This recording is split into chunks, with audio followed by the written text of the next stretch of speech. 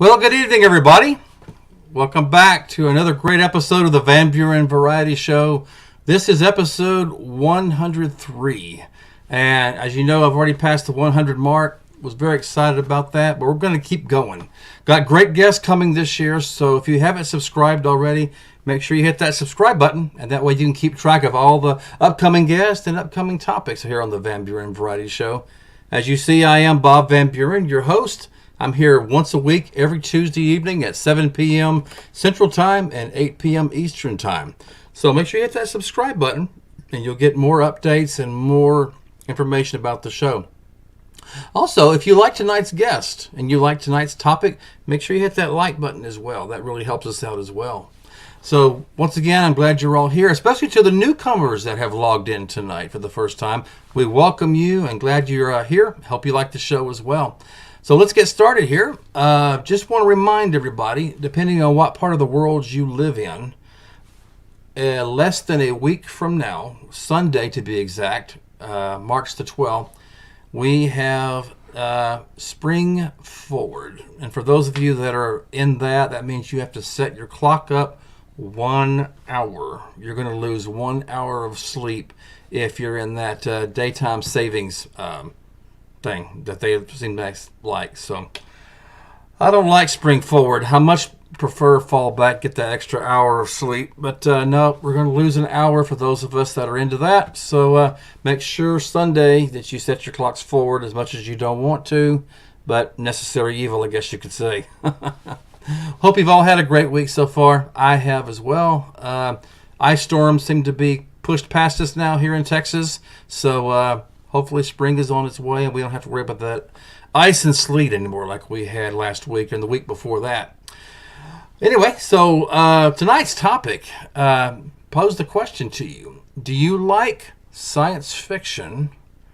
And more importantly, do you like to read science fiction? Well, believe you me, if the answers to those questions are yes, boy, do I have some novels for you.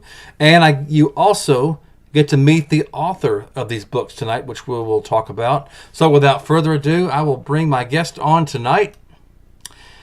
Ladies and gentlemen, I'd like to introduce you to Scott Overton, author. He's going to talk about his novels and especially his new one that he has now that we'll be talking about. So, Scott, welcome to the Van Buren Variety Show. Well, thank you very much, Bob. It's great to have you invite me. It's a real pleasure to be here. I'm glad you're here, and I'm looking forward to it, especially our audience doesn't know yet, but you and I have something in common from our past. I'll put it this way, a professional career that I think you were in more than I, but we have that in common, and definitely we want to talk about that. And you've kind of written a novel about that as well, so that has piqued my interest as well. But let's get in. We were sharing some pictures. You were showing me some pictures of your earlier career, which brought a whole lot of memories back to me too. So it did, even though those are kind of ancient now, but hey, you got to live sometime. I know I am. Well, let's talk about I want to talk about your books. You write, your genre is mostly science fiction, right? Right. Yeah. But, that was what I always wanted to do. I always wanted to be a science fiction writer from the time that I was a kid, and I grew up reading it and reading classic writers of science fiction and stuff. Sure. But my first book was not science fiction, and that's the one that you're referring to, because I was a radio announcer, a radio morning guy for most of my career. For many, many years. Let's go and put that on there. This is your first novel, right? That's right. That was my debut novel. They always say, write what you know. So I decided, well, I'll do that because there aren't that many books, fiction books in particular, about the radio world. There's not. I think the ones that are, it's pretty much obligatory that you have to call them dead air. If it's a mystery, if it's got death or threats of it, dead air, for those who don't know, if there's anybody who doesn't know, means unintentional silence on the radio. So you screw up. And that's not a good thing. No, dead air is not a good thing. So when you got a case where in this novel, the morning man who's the main character has death threatened, someone wants to kill him, then I called it dead air. It was a natural way from the beginning to call it that. So it's got a lot of insider knowledge about how the industry worked at that time. Now the novel is that one's about 10 years old. And even in that time, Bob, things have changed so much, from the time novel was set, there wasn't a lot of automation in radio, but now everything is on computer. So, Which is scary. Yeah. And that, ladies and gentlemen, is what Scott and I have in common. Now, some of you that have watched my show from the beginning know that I did have a career in radio. Scott has also had a career in radio. So there was that connection right off the bat. I'm like, okay, we got to talk about this. And I'm glad you explained the dead air, because I was going to explain that to people, too, that are not in business, in the radio business. When you're live on the air, you don't want dead air, because 10 seconds of dead air can seem like 5 minutes. And I guarantee you, if your program manager is listening, you're going to get a phone call. And I've had that happen. I'm talking about personal experience here. It used to be really bad. And this is part of how things have changed, too. If you had any amount of dead air, you could be in real trouble, big trouble. And then as they got into more automation and things like that, it was kind of like suddenly something breaks down and you have nothing all night long, and they come in the morning and they go, well, that's not good. Like, what? 10 years ago, I would have been fired for that. But, right. Things change. Anyway, yeah, dead air was a bad thing. And the novel had got a really good reception. People really liked it. It was set in my hometown, where I was living and working at the time, which is Sudbury, Ontario, and mining town. And, a story about a morning man who finds a death threat when he comes into work. He doesn't know why it's there. He thinks it might be a joke. He thinks he's maybe ticked somebody off. It's very easy to do when you have a radio career. I can relate, yes. Yeah, you say something and you have no intention of hurting anybody or hurting their feelings, but you get somebody who's really mad. So he has a death threat, and it turns out somebody is really trying to kill him, and he has to figure out who it is and why. The police don't have anything to go on particularly, and it was about the vulnerability of media people. I knew a guy who was a morning man, and his daughter, was stalked on her way home from school one day just because of who he was. And that was a scary thing for him. So it never happened to me, but I mean, most people are wonderful listeners. And I'm sure you're very good. But yeah. I only had one scary incident in my life. I'll share it real quick. I worked alone on a Sunday, and the station that I worked at was kind of way back off the main road. Yeah, and I had someone stop by the station, and should have had the doors locked, but I never locked them up to that point. This person, without getting into it, was very scary. And I thought, how do I get this person out of the lobby? They didn't go to the control room with me, but they're in the lobby and they won't leave. They're just sitting there, and I'm trying to be nice. Hey, I've got to play a song, and I'm trying to, like, in a nice way, get out of here. And they stayed 20, 30 minutes, but it seemed like an eternity. After that, the following Sunday, started locking that door behind me. You never know. Yeah, no question about that. And yeah, I mean, there's an exciting climactic sequence in the radio station that my coworkers were not happy with me when they read that. Oh man, I couldn't sleep after I read that, because there is always that possibility. We have radio stations with windows that basically faced onto the very main street, so that's kind of scary at times.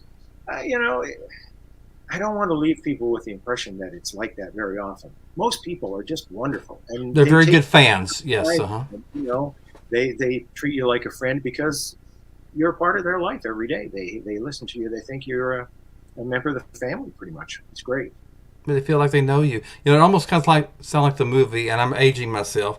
The Clint Eastwood movie, "Play Misty for Me." Yeah, exactly. That is one of the key radio themed movies. I mean, there are a few others, Good Morning Vietnam, for instance, but not all that many, and not all that many books. So I think people are interested in reading what the business is like on the inside. And it's not, I didn't want to get into scandal stuff. It's a mystery thriller. Sure. But it does tell you how things are done at that time, But this is your first book, and it's appropriate that it was something that you know very well. I do too. So, yeah, that's like a great mystery. So, but now, other than that, you've written sci-fi. Well, science fiction was something that I grew up with. It was something my father loved, and we would, read books, and we'd have a good chat about them after the dinner, after dinner, sitting around drinking tea or whatever, and just talk about them. And I grew up with the classic writers like Isaac Asimov and Arthur C. Clarke and many others, Ray Bradbury. But H.G. Wells, I think of him. well, of course, H.G. Wells from the beginning, War of the Worlds and everything, is still great. Yes. And there are so many of them. Jules Verne, I love Jules Verne. Mm-hmm. So, all of that, there was the whole golden age of science fiction, and then the 60s and 70s. And there's so much of it that's really, really good stuff. And people tend to think of science fiction because of what they know from movies. And very many of the movies are monster in space movies. Right. Uh-huh. Or TV shows. And there are some really good ones, and there's some really bad ones. And yet written science fiction is a different animal again, too. So, you can have some exciting stories. Some stories are just pirates in space, dragons in space. Although I don't really call those science fiction. But I tend to write science fiction with an interesting concept that I want to explore, and usually a strong theme that relates to our lives and society today. So that's what I tend to do. Now, that's great. I wrote a bunch of short stories, like to do that, and got them published in magazines and anthologies. Then when I finally did write a science fiction novel, I don't know if you would remember a movie way back in the 60s called Fantastic Voyage. Oh, I remember that show. Yes, I remember that movie a long time ago. Yeah. The idea being that they shrink a submarine with a crew aboard. It travels through a human bloodstream to try to save the life of a scientist. Now, they have to travel to the brain and try to break up a blood clot there. And I thought, well, a shrink ray is not... I remember that. Physics, just won't allow a shrink ray to shrink you down. Yeah. So how would it happen? Well, nowadays we have nanotechnology, and we've got virtual reality, and that is how it would be done. And there are devices being created now to do that kind of thing. Not miniature submarines exactly, but little devices that they're learning to manipulate so that they would be able to travel through the human bloodstream and perhaps deliver drugs to a precise spot, perhaps do other things, scanning for test purposes. That technology is being created. And so I just took it farther and said, we'll create a little submersible the size of a virus. We'll have it piloted by a guy by virtual reality. And then that virtual reality will become too real. We will be right there. And it goes from there. It's a plot against the American president, an extortion plot where someone very close to him has their bloodstream seeded with these biochemical bombs that will create fatal blood clots. Ooh, wow. So it's an extortion thing. Yeah, it's a good story. And I just finally am getting around to actually recording it as an audiobook. And I'm I love that. Yeah. I haven't done that with a lot of my books. And so I finally got around to it, got off my butt to record the audiobook narration. And I'm revisiting it and realizing how much it's a good story. Lots of good stuff. It sounds great. We got several novels we're going to talk about, but go ahead. Were you going to say something else? The Primus Labyrinth is the one that is that one. Okay, let me pull that up. Covers that one. That one. Yeah. You know what the artwork reminds me of? It might not be like, but remember the movie back in the 80s called Altered States? It kind of looks like that color a little bit. Well, there was another good, albeit kind of comedy action movie called Inner Space. With Dennis Quaid. Yes, I've seen that. It's shrunk down. And that was the bloodstream. I think is he in Martin Short's blood? Yeah, Martin Short. Mm-hmm, Martin Short in it anyway. So that one's a lot of fun too. I think we aged ourselves by knowing these movies, Scott. No question about it. But I am okay. But this sounds like an interesting concept, this book here too. Yeah. Well, it really is. And it's quite different from Fantastic Voyage, but I had to acknowledge the inspiration for it. And it ends up being an interesting thriller. Good thrill ride. About how long would you say, when you started writing this book, how long would you say it took you, like from start to finish? Well, when I was first doing it, now I'm kind of able to do it nearly full time. But when I was first doing it, I had a career in radio. So, for instance, when I wrote Dead Air, working full time in radio, I had very little time, and all my spare time was put into writing. So that took me about 5 years. Primus Labyrinth, it was a bit of mixture. So it still took me probably 2 or 3 years to write that one. Wow. Yeah. Well, anybody who's got a full-time job and is actually doing it, and you really have to these days. It's very, very difficult to make a living as a writer. So you really have to keep your job, your day job, as they say. Sure. And trying to fit that writing time in wherever you can, and all the editing and all the work that comes out with it, it's a lot of time. You have to really, really want it. Well, that's what I was going to say. It probably it wasn't just the writing. You had to go do research. You had to research all your material and, make sure there are no plot holes in there and, make sure everything kind of comes together. So I'm sure a lot of it was just the planning process. There's a lot of that, and I do plan things and outline my novels quite a lot and do a lot of research. Sometimes, I do outlining and research for 3 or 4 months before I will actually start writing the book. And then when you do, with science fiction, that very often the audience is quite well educated. They're quite up to date and up to speed with the latest scientific developments. And if you get something wrong, somebody is going to catch you on that. So you really do want to do your research and figure out what's available. Now, I projected some years into the future, but not too far. Sure. Maybe 20 years or 20 or 30 years into the future, I believe they'll have this kind of technology available.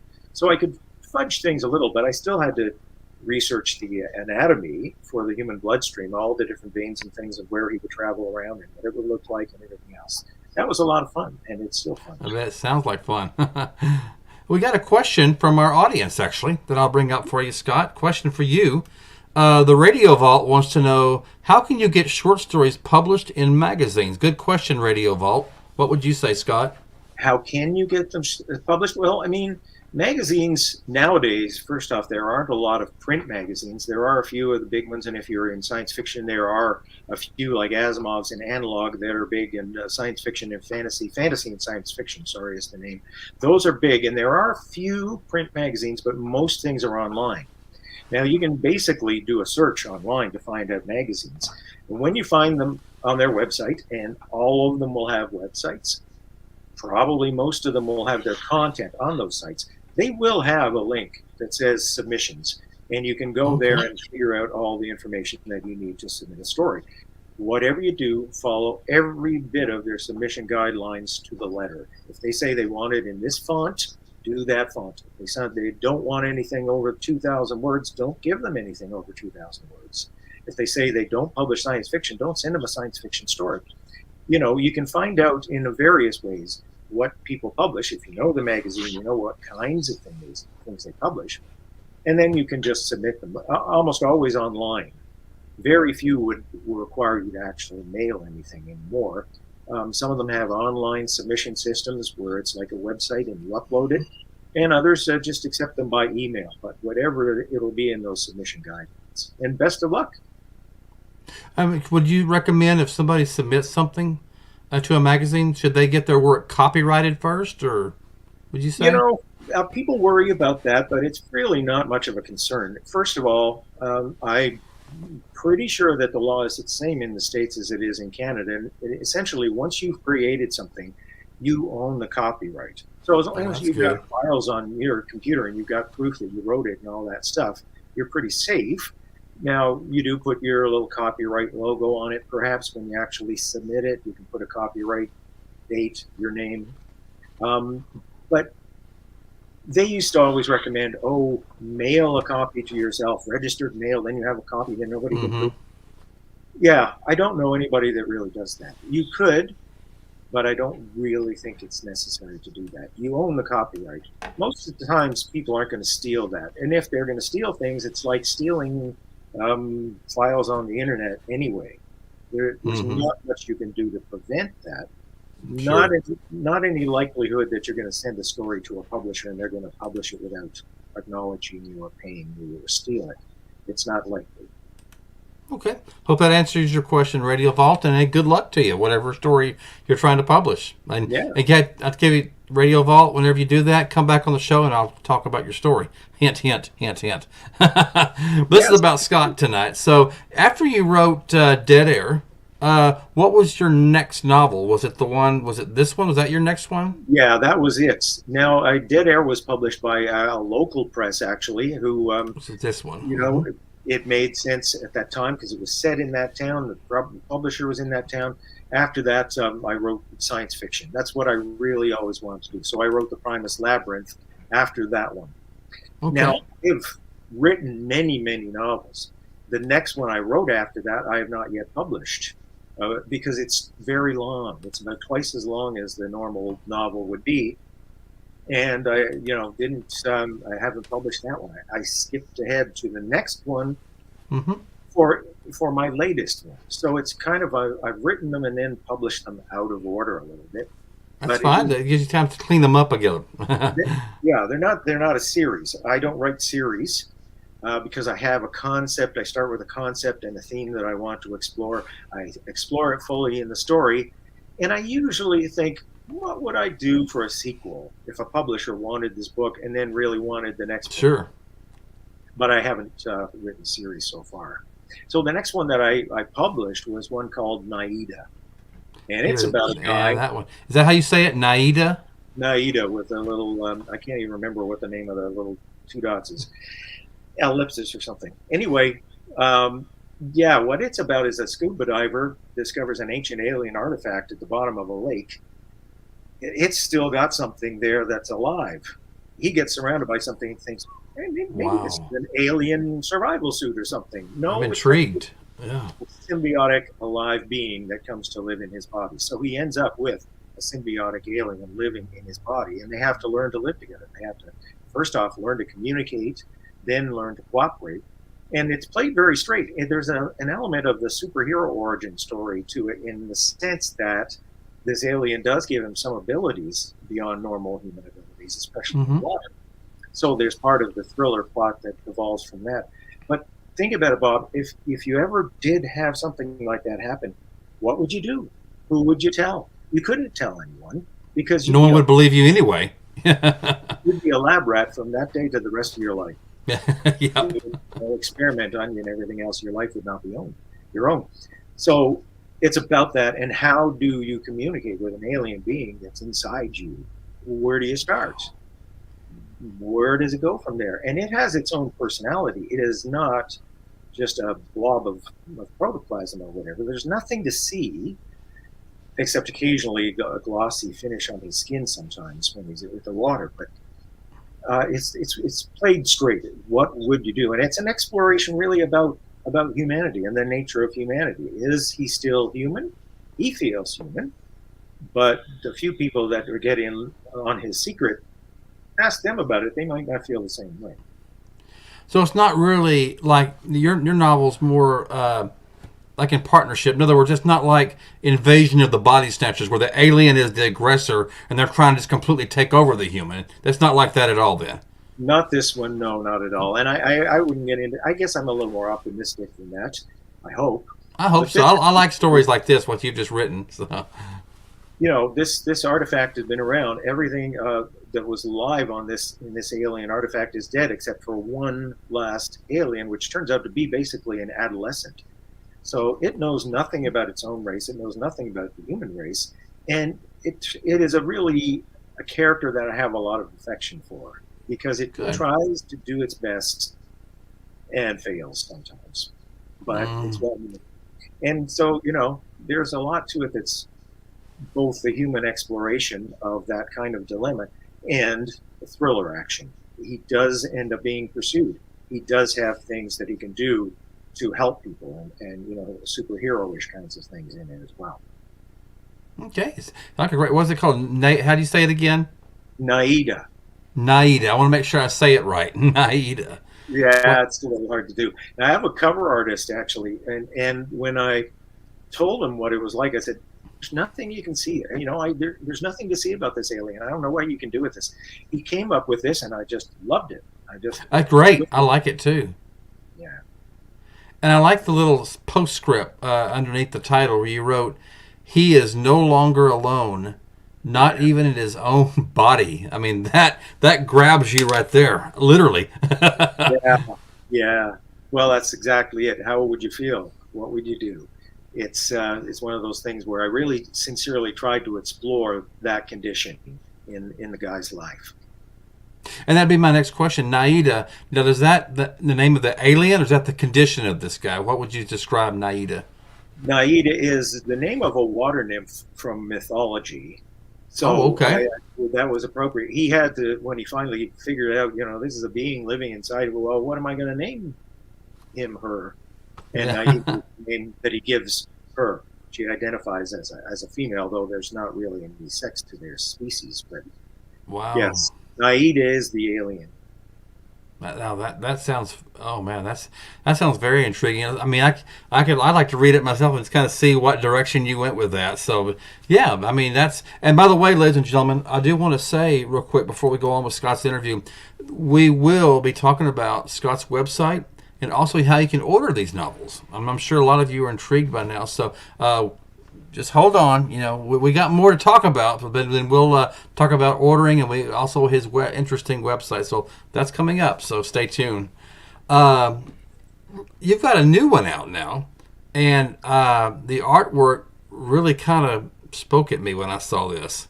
Yes. Augment. Oh, go ahead. Augment Nation. Right. And I'll go ahead and display that. This is your latest one, correct? It is, yes. It came out in October. Oh, so it's relatively new. So, ladies and gentlemen, here is the cover art and his latest novel, Augment Nation. So, Scott, I'll let you take over. Tell us kind of about this story, and even the artwork has got me intrigued itself. Yeah, I love it. Again, I get same cover artist. He does really good Oh, work is it? for me. Okay. And Augment Nation is supposed to make echoes of augmentation in your mind, because it is about brain augments. Story set about 20 years or so from now, when what they call brain-computer interfaces, computerized brain augments, become a consumer item. They take over from smartphones as our must-have consumer item. So what they are is a connection. In his case, he has the main character, Damon Leiter, is a young guy, 14 years old, when he's in a car accident. He has some brain damage that means he has a condition called agnosia. He can't recognize faces and many objects. He can't remember them and recognize people he knows. So he has this implant implanted in his brain to help him do that. And then years later, they become a commercial item. Well, if you got the computer processing power and the speed and a direct brain to internet connection, the potential is amazing, but the dangers are also amazing. And so he ends up being uniquely placed to try to help people push back against the invasive marketing that verges on mind control once people are actually getting these things.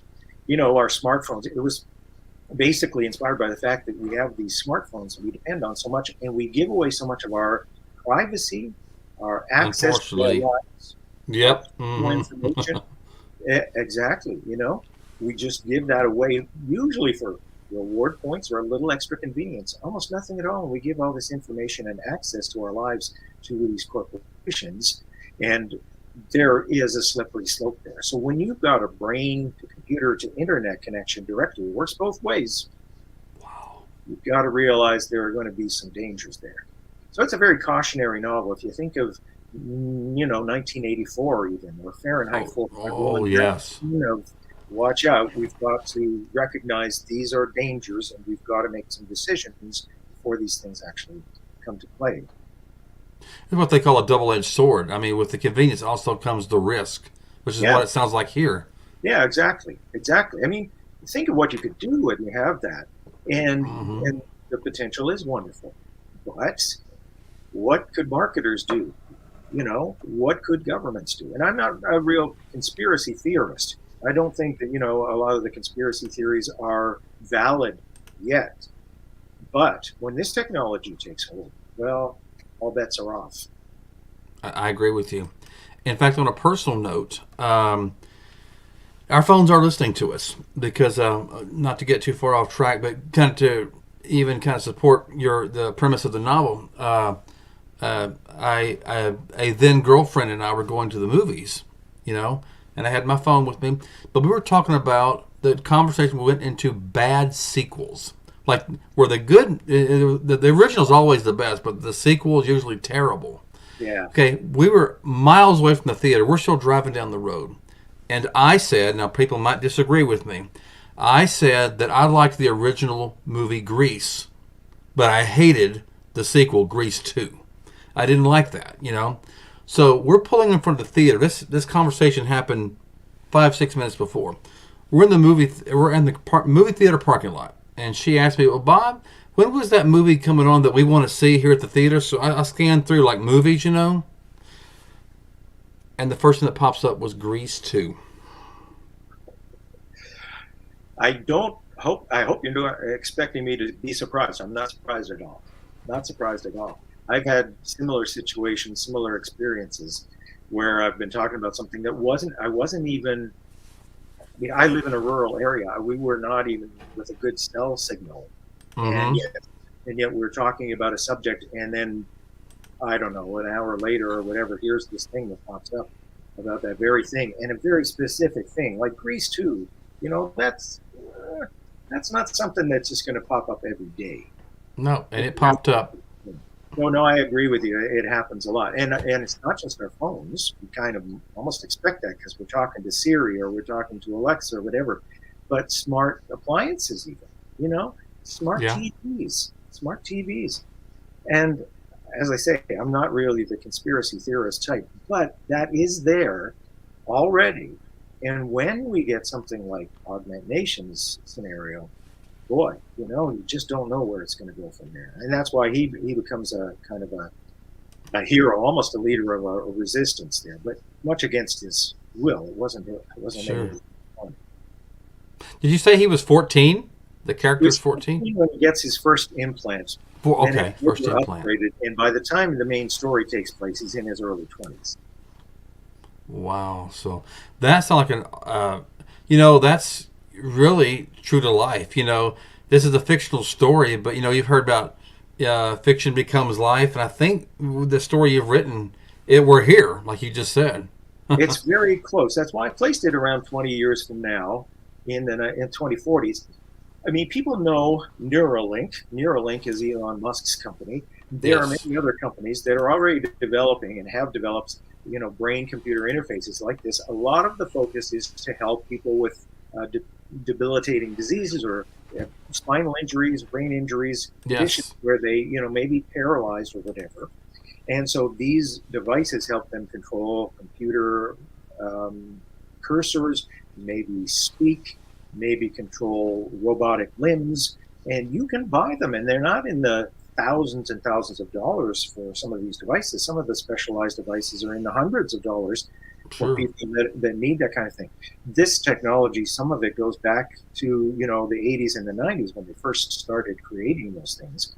So you think that the iPhone's only 16 years old, I think.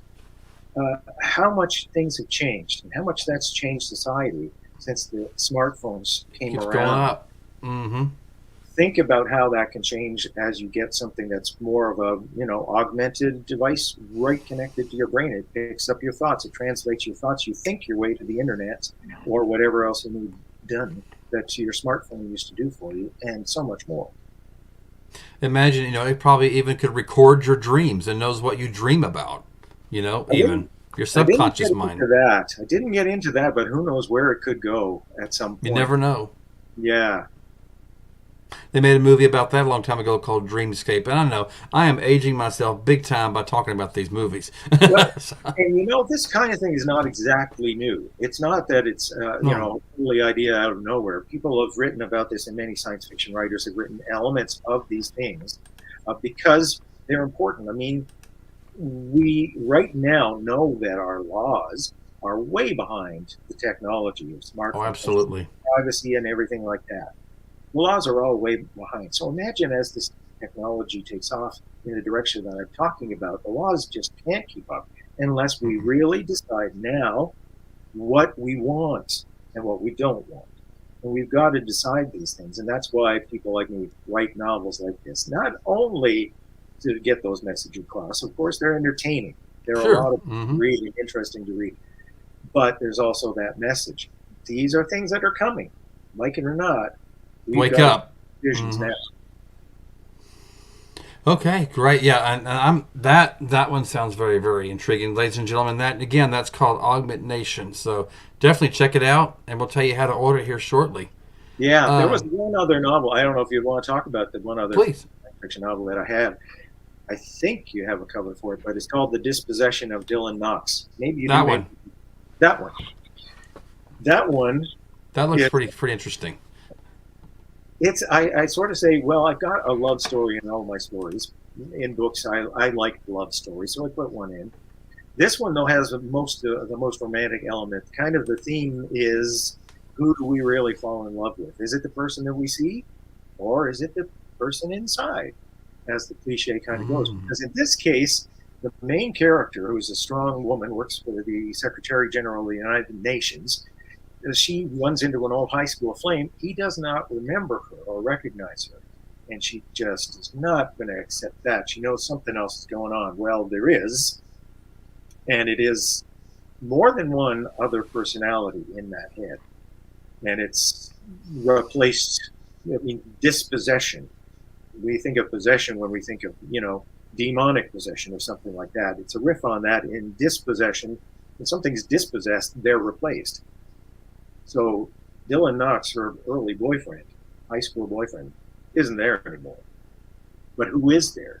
And as she finds herself falling for him again, who is she falling in love with? And it becomes a geopolitical thriller as opposed to. I love thrillers, so I got to. Oh, I love thriller. It keeps you on the edge of your seat. Yeah. So is it kind of like DID in a way, dissociative identity disorder, or split personality, or is that another route? But the thing of it is these are real people. It's just I'm not going to give away where. Don't give away the plot points for sure. Yeah. So I mean, his personality has been replaced. His personality, you can get a hint from the cover that there are multiple personalities going on there, and they're not the original, and it's not a split personality when we think of in psychology or anything like that. I see. These are real personalities. And it's how they got there and where from, and everything that's part of the mystery. Wow. And see, that's right up my forte. I love a good mystery, and I love either reading a book or watching a movie where I think that I figured it out. This is the way it is. And then at the very end, they throw in that twist. And you're just like, it just blows everything out of the water. So, yeah. And I love I love suspense. And so I like... thrillers as well. So these are definitely books that I definitely want to check out. Let me not keep my audience in any further suspense. So what I'm going to do right now, ladies and gentlemen, as I promised, is I'm going to put Scott's website up there really quick. Let's see if we can get that up there real quick. And he can tell us more kind of about his website, what's there. So yeah. Well, there you go. Tell us about your website, Scott. What will they see if they can they order your books from this site as well? Well, yes, they can, and they but in ebook form. The website's pretty authoritative, really. I mean, when they get on my landing page, they're going to find a little bit about each of those books that we've talked about, and some others. I have some anthologies of short story collections and things like that. A little bit of my blog, though I don't blog very often, and Twitter feed and stuff. But each of the books has its own page, which has samples that they can read. In some cases, sample readings. In some cases, I think all of them have book trailers that you can watch on YouTube, and the links are on my website. Oh, really? That's good. So it has a bio page and all those things, but it also does have an ebook web store. So you can buy all of my books in ebook form through my website. The only thing is that I would say about it is that although I would get all the revenue from that, so I should talk you into it, it isn't as convenient perhaps as buying it from other places, in that you have to download it and know how to load it onto your e-reader or your phone, yourself manually. So there's that little extra step or two. Otherwise, though, they're all available from Amazon, and they're available through just every major thing, Barnes & Noble and Apple Books, Google Play Books, and Kobo. You can buy them all that way. And you can also order them in print on demand from Amazon, and any bookstore would be able to do it if you know the name of the book and my name, and they'd be able to find it and order you a print copy as well. So there's all that. they're available. And the book has, or the website has all that information. You could spend a fair bit of time on it. And just for those of you that's hearing this on audio only, that website is www.scottoverton, there's two T's in Scott, scottoverton.ca / So make sure you come check that out. And can they leave a review on your website too, Scott? Like I say, they've read your book and they love it. Is there somewhere they can either contact you or leave a review for you, tell how much they liked it? Well, they can certainly contact me because my email is just Scott at scottoverton.ca. There's a link on the site. But as far as reviews, I hadn't really put that in there. There's the ability on the site to leave comments. Hardly anybody ever does, so I hadn't really thought that much about it. But they can do that. I, however, would probably urge them, if they read the book and they love the book, better for me if you do a review on the site that you bought it from. If you bought it from Amazon, like Amazon. Or put it on Goodreads or whatever, simply because that's where other people are going to be shopping, and they'll see that review, and that will help them make their buying decision. So that's where it would be helpful to leave a review. Really is helpful. I mean, that is the best thing you can do for a author you love, apart from buying their books. Number 2 is leave a review. And even if you think, well, I'll give it 3 stars, but maybe I wouldn't do that. It's simply, it gives you social permission as a shopper to exposure. Decide, how that book is. Is it going to be a book that I would like? They'll judge from your review or whatever, but please do read reviews. Definitely. Little off subject, a little bit. I got a compliment from me, but I hate to burst someone's bubble here. Cheese Freak's asking me, Bob Van Buren, with your movie knowledge, I put you at about 25, correct? Oh, I love you, Cheese Freak, but no, I won't give my exact age, but I am actually in my mid-50s. No, that's not a joke. I am mid-50s. Proud of it. I've lived a good life. But yeah, if I look 25, you're my new best friend now. But yeah, I've been around the block for a while. So yeah, I am way past 50. So there you go. Get a compliment like that and never turn it down. Just accept it. Oh, I accept it. So, oh, wow. So, Scott, let me ask you this. Now, we kind of covered this a little bit. We had a question earlier about how someone could post a story in like a magazine. But what if there's someone out there watching right now in any genre, whether it's science fiction, romance, drama, horror, whatever, and maybe they've got something that they've written, but they've just kind of put it off to one side because they don't know what to do with it. Maybe it is a novel. Would you recommend either they self-publish? Should they get an editor? Should they go through a publishing company? I mean, or what should they do with it in its written or typed form when it's just sitting there? What can they do at this point? Well, the last thing you want to do is to leave it there, it's sitting on your computer. You put all that work into it, do something with it. Now, the thing of it is, it really depends on what you want. There has never been an easier time for people to self-publish. You're able to do it. There's a learning curve, but you can do it, and you can reach readers all over the world. You can do it on your own. But traditional publishers, do have an advantage in that they will be able to get the books in all the bookstores. And so the brick and mortar bookstores, as they say, they have access to do that. They have distribution to do that. If you're self-publishing, you really don't have that ability. You can get print books, as I mentioned, print on demand. It'll be printed up as soon as somebody buys it. It'll get shipped out to them. Nothing wrong with that.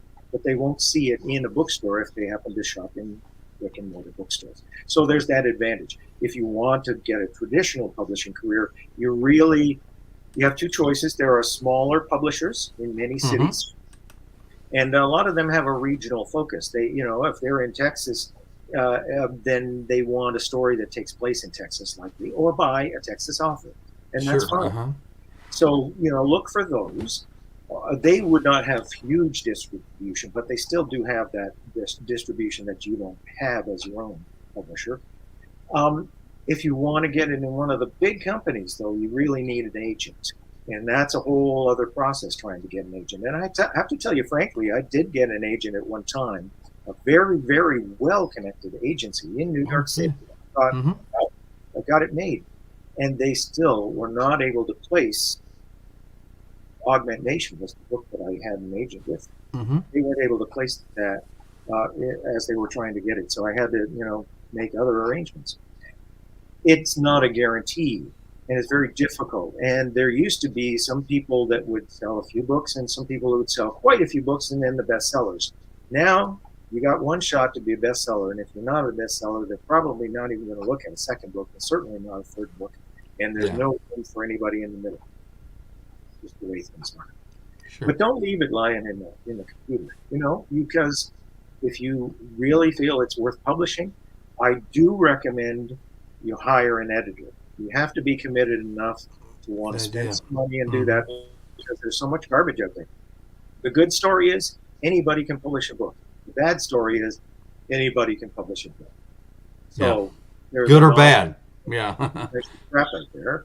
And to be good, you want to work with an editor. So you've got a good book, and you know that it's finally, if you've got a good editor, as good as anything that will be in the bookstores. That's what I work really hard for, and I'm willing to spend the money on that and spend money on the cover art and everything else. I'm going to be working with my editor again in just a few weeks on the next book that I'm doing.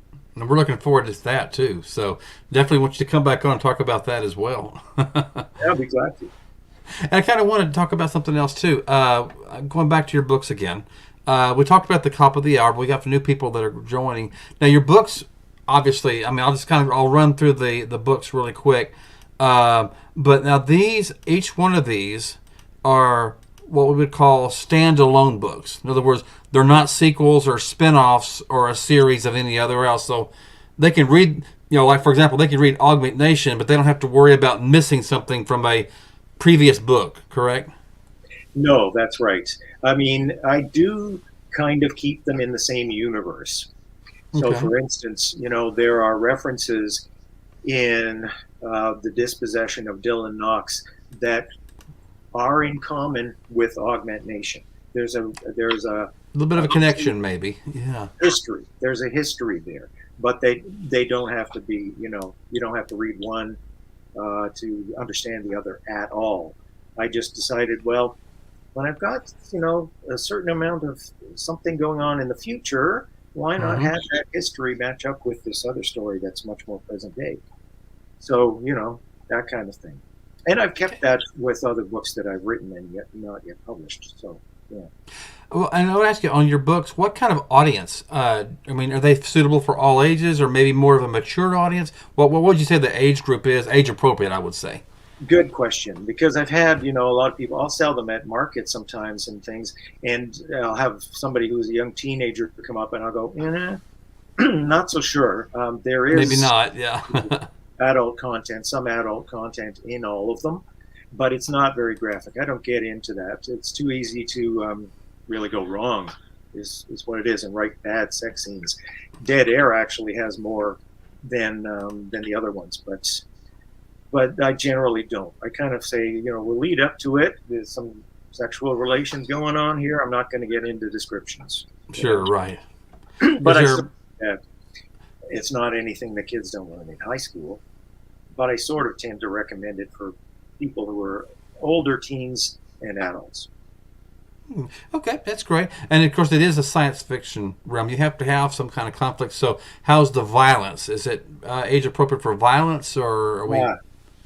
Yeah, I don't tend to get into a lot of violence. There is implied violence in the sense that, in the Primus Labyrinth, for instance, it's an extortion plot. There are some mercenaries that get into it. There is some violence there too, but it's certainly nothing that you wouldn't see on TV or movies nowadays. Not like Freddy Krueger or anything like that, No, I don't get into anything like that, and most of them don't even have that much.